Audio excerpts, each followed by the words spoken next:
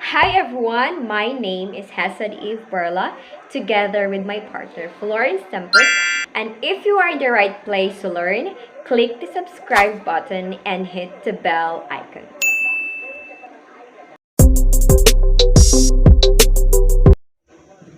In this video, we are going to share to you about the novel 1984 by George Orwell. So if you are interested to read the entire novel, just comment down below and I will send you the copy of it. Alright, so are you excited? Let's start.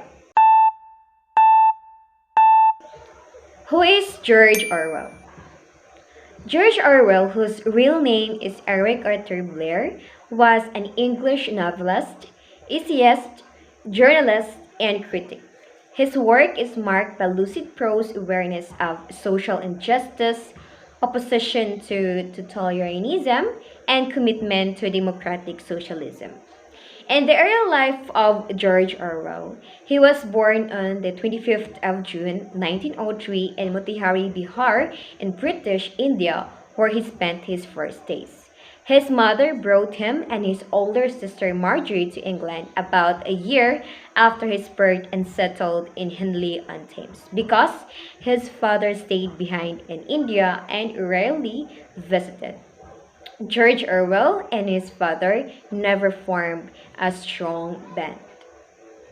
Orwell was later sent to a boarding school, which he hated and where he got his first taste of England's class system.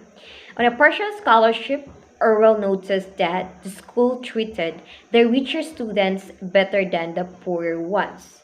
He won scholarships to Wellington College and Eton College to continue his studies because his family couldn't pay for his university education. And Orwell joined the Indian Imperial Police in Burma, then a British colony. He resigned in 1927 and decided to become a writer. In the career of George Orwell, he is well known for his literary criticism, poetry, fiction, and polemical journalism. He has gained worldwide acknowledgement for his dystopian novel 1984 and the allegorical novella Animal Farm 1945. His book Homage to Catalonia 1938, an account of his experience in the Spanish Civil War, is widely acclaimed, as are his numerous essays in politics, literature, language, and culture. In 2008, the Times ranked him second on a list of the 50 greatest British writers since 1945. What is Newspeak in the novel, and how does it perpetrate the power and influence of Big Brother and those who resist his government? Newspeak is the fictional language of Oceania, a totalitarian superstate that is the setting of dystopian novel 1984 by George Orwell. In the novel, the ruling English Socialist Party or INSOC created Newspeak to meet the ideological requirements of English socialism in Oceania. The Newspeak is a controlled language of simplified grammar and restricted vocabulary designed to limit the individual's ability to think and articulate concepts such as personal identity, self-expression, and free will. Such concepts are criminalized as thought crimes since they contradict the prevailing INSOC orthodoxy. The idea behind Newspeak is that as language must become less expressive, the mind is more easily controlled. Through his creation explanation of Newspeak, Orwell warns the reader that the governments that creates language and mandates how it is used can control the minds of its citizens. So for the summary, George Orwell wrote 1984 in 1949. The dystopian novel is set in 1984, Orwell's near future, and our recent past. But the novel is still relevant today due to its depiction of the totalitarian government and its themes of using media manipulation and advanced technology to control people. Winston Smith lives in London, but not the London we know.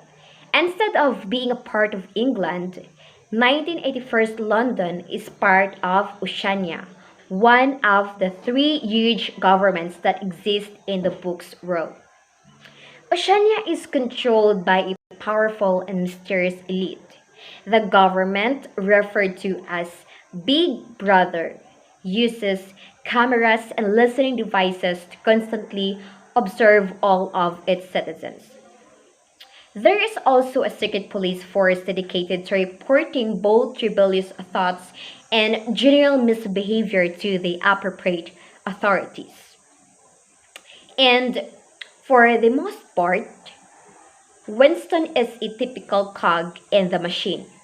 He works at the Ministry of Truth, but he has a very low ranking position. His job is tedious and involves altering records to promote the government's version of history. And Winston has a few problems with the government. To begin with, he does not buy into all of the propaganda he is fed. Some of the things he reads or hears contradict with his memories. For example, the government claims that they are at war against Eurasia, but Winston remembers being at war with Eastasia. And Winston also has a vision. He does not want to live under such a repressive government. He commits tiny acts of rebellion, he starts to keep a diary, and he begins to look for allies. This is a dangerous task since Big Brother is always watching. Despite his desire to rebel, Winston thinks he will be discovered soon by the thought police, the secret police force that searches for and punishes members of society that dare to even question how the government is run. The thought police is also run a fake underground resistance in an attempt to discover rebellious party members. And then Winston meets Julia at work. Okay, despite the danger of exposing himself to a potentially fake rebel, Winston reveals his true thoughts to Julia. Julia turns out to be a rebel too. The two start an affair which is illegal in their country, especially because Julia is a member of the Junior Anti-Sex League. Winston and Julia share a mutual dream of a world free from war and oppression. O'Brien, another rebel, befriends Winston and Julia. He invites them over to his place. Unfortunately, O'Brien turns out to be one of the thought police working undercover.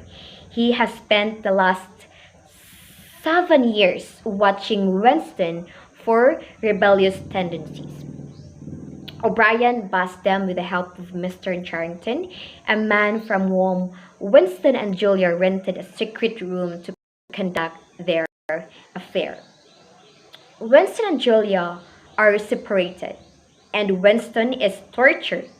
Winston resists all the torture until he is sent to room 101, where O'Brien straps a cage of rats into his head, and Winston, terrified of rats, begs O'Brien to torture Julia instead. O'Brien stops torturing Winston.